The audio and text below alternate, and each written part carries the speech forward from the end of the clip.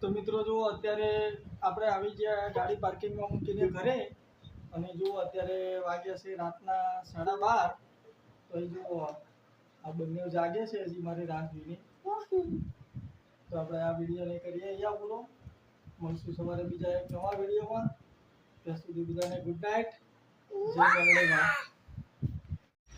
રાતનો view check કરો toll tax ઉપરનો. ટોલ ટેક્સ ઉપરનો વ્યૂ કંઈક આ રીતે આવે છે રાતનો. તો મિત્રો જો આપણે આ રીતે પેક કરી દીધું આઈસર પાછળથી. માલ કંઈ પડે એવો નહોતો એટલે આ રીતે કર્યું છે પેક.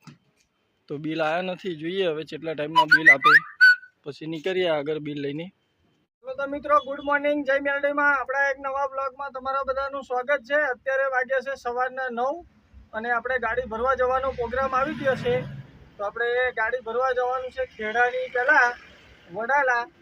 તો આપણે અહીંયાથી નીકળીએ, જઈએ પહેલાં ગાડી ભરવા. જો અત્યારે આપણે એર પ્રેશર એવું બનાવી દઈએ પછી અહીંયાથી નીકળીએ. તો જુઓ મિત્રો આપણે આવી ગયા ડીઝલ પુરાવા. તો ડીઝલ પુરાવીને વધે આગળ. તો મિત્રો આપણે ત્યાંથી ડીઝલ પુરાવીને નીકળી ગયા અને હજી કન્ટિન્યુ આપણે ચાલ્યા જઈએ છીએ હાઈવે ઉપર. આપણે ગાડી ભરવા જવાનું છે. અહીંયાથી હશે લગભગ 6-7 કિલોમીટર જેવું છે હવે. તો આપણે કન્ટિન્યુ હાઈવે ઉપર ચાલ્યા જઈએ. અને મિત્રો આપણે એક મારો વિચાર હતો પર્સનલ કે આપણે મતલબ 4 વ્હીલમાં નાની ગાડીઓમાં એર બેગ આપે સેફટી માટે.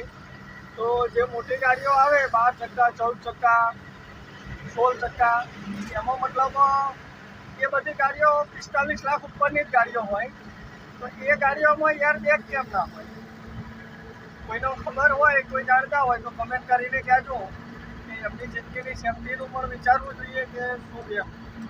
તો જો અત્યારે આપણે હાઈવે ઉપર ચાલે જઈએ છીએ અને સવારમાં હાઈવેનો નજારો કંઈક આ રીતનો આવે છે, જોઈ શકો છો તમે. અને એકવાર આપણી ગાડીનો હોર્ન ચેક કરો. આપણો લશ્કરીનો હોર્ન સેટ કર્યો છે.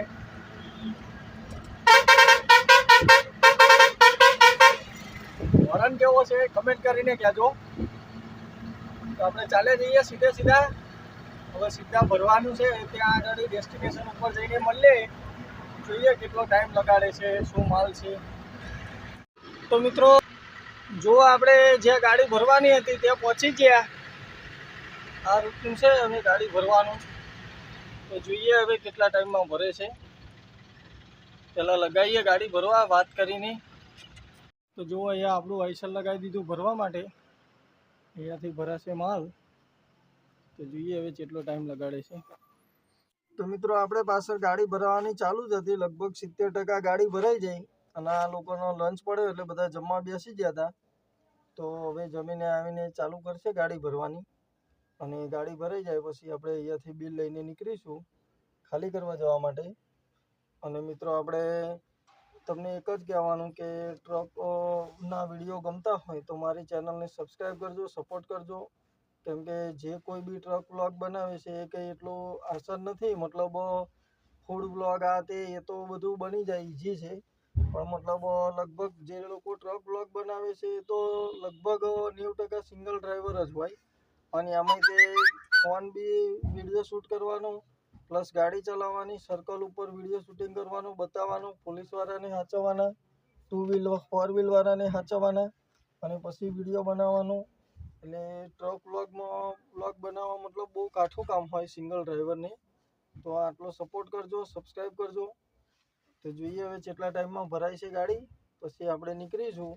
કેમ કે ટ્રક વ્લોગમાં એક વ્લોગર છે, એનું નામ તો ખબર નહીં, ચેનલનું હું વિડીયો જોઉં છું. તો એ ભાઈ વિડીયો બનાવવાના ચક્કરમાં જે એની ગાડી અડી જઈ હતી અને ખાલી સાઈડનો દરવાજો થોડો ઘસાઈ ગયો હતો. તો મતલબ બહુ સાવચેતીથી બનાવવા પડે છે. તો બસ આ જ રીતે સબસ્ક્રાઈબ કરજો, સપોર્ટ કરજો. તો જોઈએ હવે કેટલા ટાઈમમાં નીકળીએ છીએ અહીંયાથી.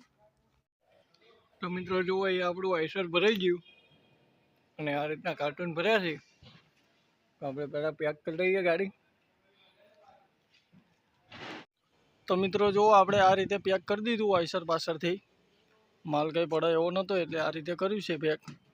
તો બિલ આવ્યા નથી, જોઈએ હવે કેટલા ટાઈમમાં બિલ આપે પછી નીકળીએ આગળ બિલ લઈને. તો આપણા બિલ આવી ગયા અને બિલ લઈને આપણે ગાડી આઉટ કરાવીને નીકળી ગયા. અને આ રીતે હતું, ત્યાં ભરવા આવ્યા હતા. તો અત્યારે આપણે ગાડી રનિંગ કરી દીધી. તો હવે બહાર નીકળીને મળીએ તમને. તો અહીંયા ટાયર ખોલાઈ ગાડી પંચર અહીંયા જોઈએ છે, એનું પંચર નીકળે છે. નાનું એવું પંચર નીકળ્યું.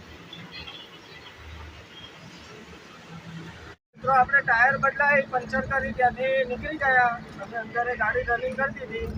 કેમ કે ગાડી ભરીને નીકળ્યા ત્યારથી ટાયર ડાઉટફુલ લાગતું હતું, ટાયર દબાયેલું હતું. એટલે મેં કીધું અમે ખોલાવી જ ગાડીએ આગળ જઈને પછી આખું ટાયર બેસી જાય તો મહેનત વધી જાય. તો પણ હાલત ખરાબ થઈ ગઈ આજે, અને ઉનાળાની ગરમી વધુ વધી. આજે તાપ બહુ બર કર્યું આજે. તો માંડ ટાયર બદલી કરી નીકળી ગયા. અને જુઓ અત્યારે આપણે અહીંયા ગાડી રનિંગ કરી દીધી અને બારેજાની વહેલા છીએ, હજી બારેજા નથી આવી. જુઓ અત્યારે હાઈવે ઉપર ચાલી રહ્યા છીએ. હાઈવેનો નજારો કંઈક આ રીતનો આવે છે અત્યારે.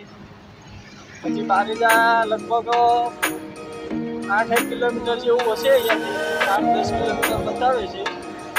તો આપણે હવે ચાલે જઈએ આગળ.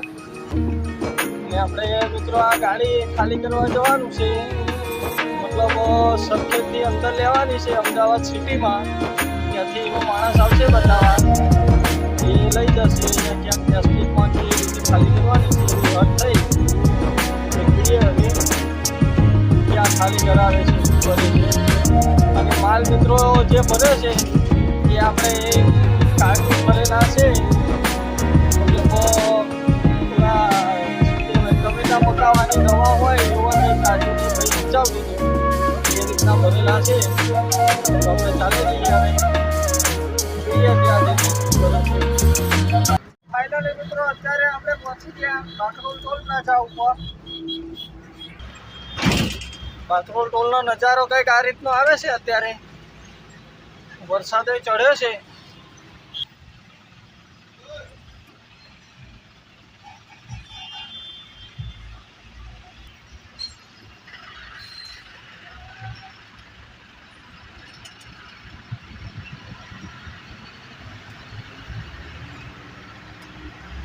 વાતાવરણ મિત્રો લાગે છે વરસાદ પડશે એવું, ઠંડક થઈ જાય.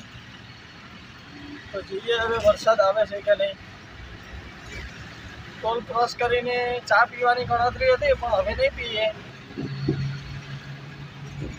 કેમ કે આપણે ગાડી ખાલી કરવામાં મોડું વધારે થઈ જશે. જો રિંગ રોડનો નજારો કંઈક આ રીતનો આવે છે અત્યારે.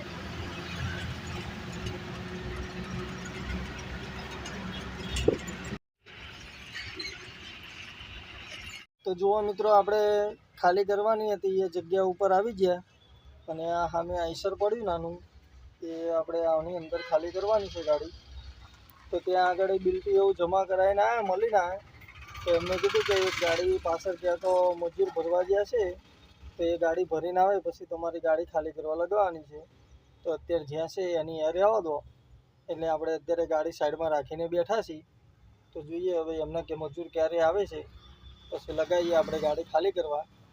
પછી જોઈએ કેટલો ટાઈમ કરે છે ખાલી કરવામાં. હજી જો અહીંયા લગાવી દીધું આઈસર.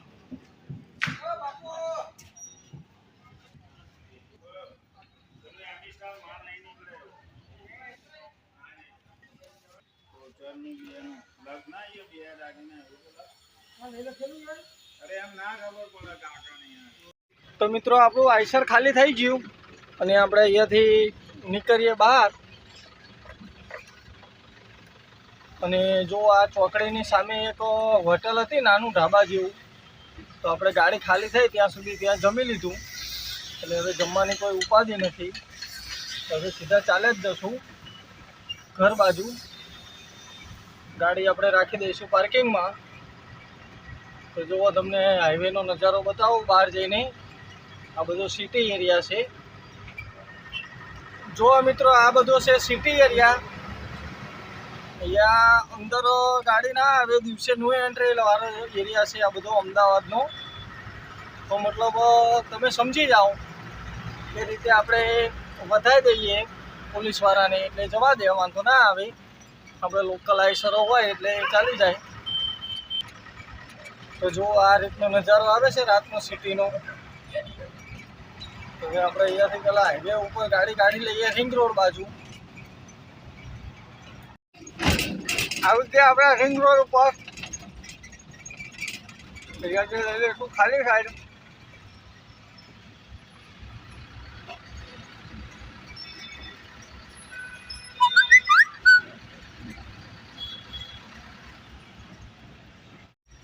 રાતનો વ્યૂ ચેક કરો ટોલ ટેક્સ ઉપરનો. ટોલ ટેક્સ ઉપરનો વ્યૂ કંઈક આ રીતે આવે છે રાતનો. તો જુઓ મિત્રો, અત્યારે આપણે પહોંચી ગયા અસલાલી સર્કલ અને અહીંયાથી આપણે રાઈટ લઈ લઈશું એટલે સીધા નેશનલ હાઈવે નંબર 8 ઉપર જતા રહીશું આપણે.